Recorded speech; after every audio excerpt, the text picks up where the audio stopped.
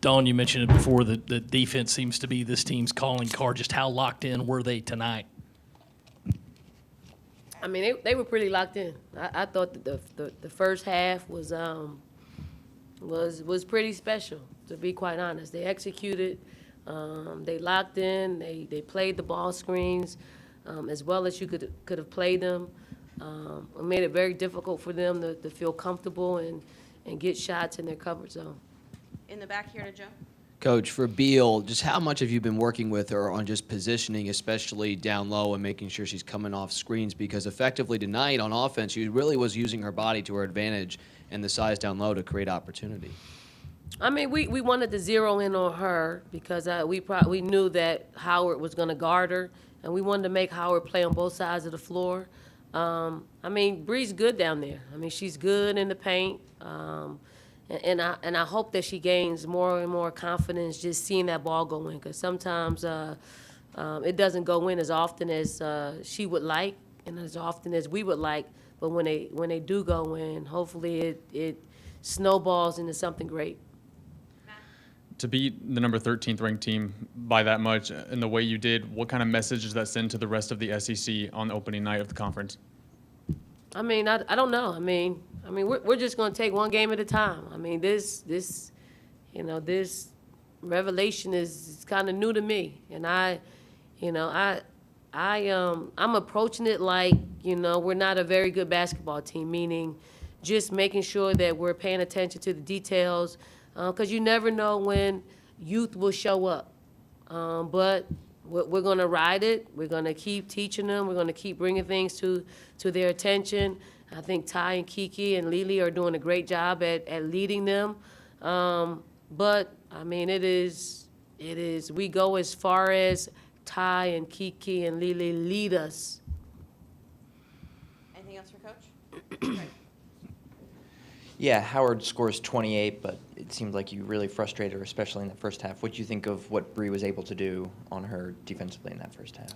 I think what Bree was able to do was tire her out. We just exhausted her. It was 28 points, but they were insignificant points. And I actually pointed that out to Bree.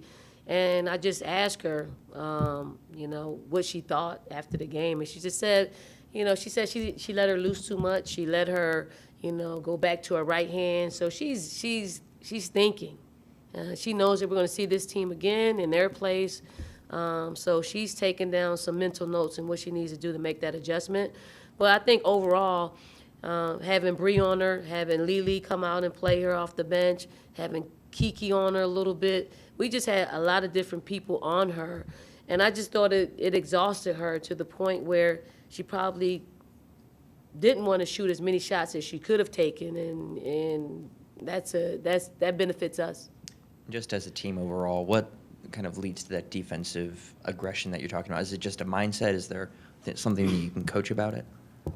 I mean, I don't think we've changed as coaches how we approach the defensive side of the ball. They're pretty locked in. They pay attention to details. They actually listen, and they're actually able to do. A lot of people can not listen and not do, but they actually do both. And I think, again, I go back to our leadership.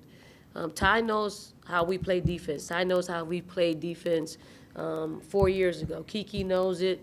Now they're playing with players who are totally committed to it. They don't like to get scored on individually. David. Dawn, you kind of mentioned it with, telling this young team that, okay, we're not a very good basketball team right now, but when they play together like that and they're so locked in, is it easy to kind of say that and not get excited about what the future could hold if they play like that every night? I was just actually talking to Jolette on the bench, I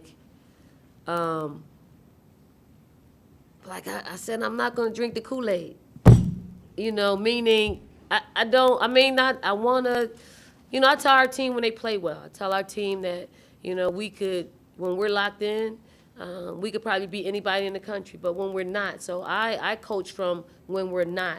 I coach on that edge of, it not being perfect basketball, and try to penetrate them in that, because I don't want their heads to get too big, but I also want them to be confident in what we're doing and what, if we're executing the right way, I want them to feel good about it so they can they can have repeat performances. On this side, Coach John? Hey, Don. Contrary to how they played tonight, trust me, Kentucky's a pretty darn good team. And were you surprised? How surprised were you at how easy your team was able to score, especially inside? I think the points in the paint disparity was something like 60 to 24. I was surprised, to be quite honest. I was, and I told our team at halftime, I said, Kentucky is a really good basketball team, and you're making them play the way that they're playing. You are. If you allow them to be comfortable in their skin, they can put a lot of points on the scoreboard. I mean, they put 72 points on the scoreboard. That's a lot, in a win. It's a lot, comparatively speaking, of how many points we do give up. So there's a rematch, in Lexington. So we got to be aware of that, and hopefully we can bottle it up and take this on the road. But I would venture to say it won't be this way the next time we play them. Anything else for Coach?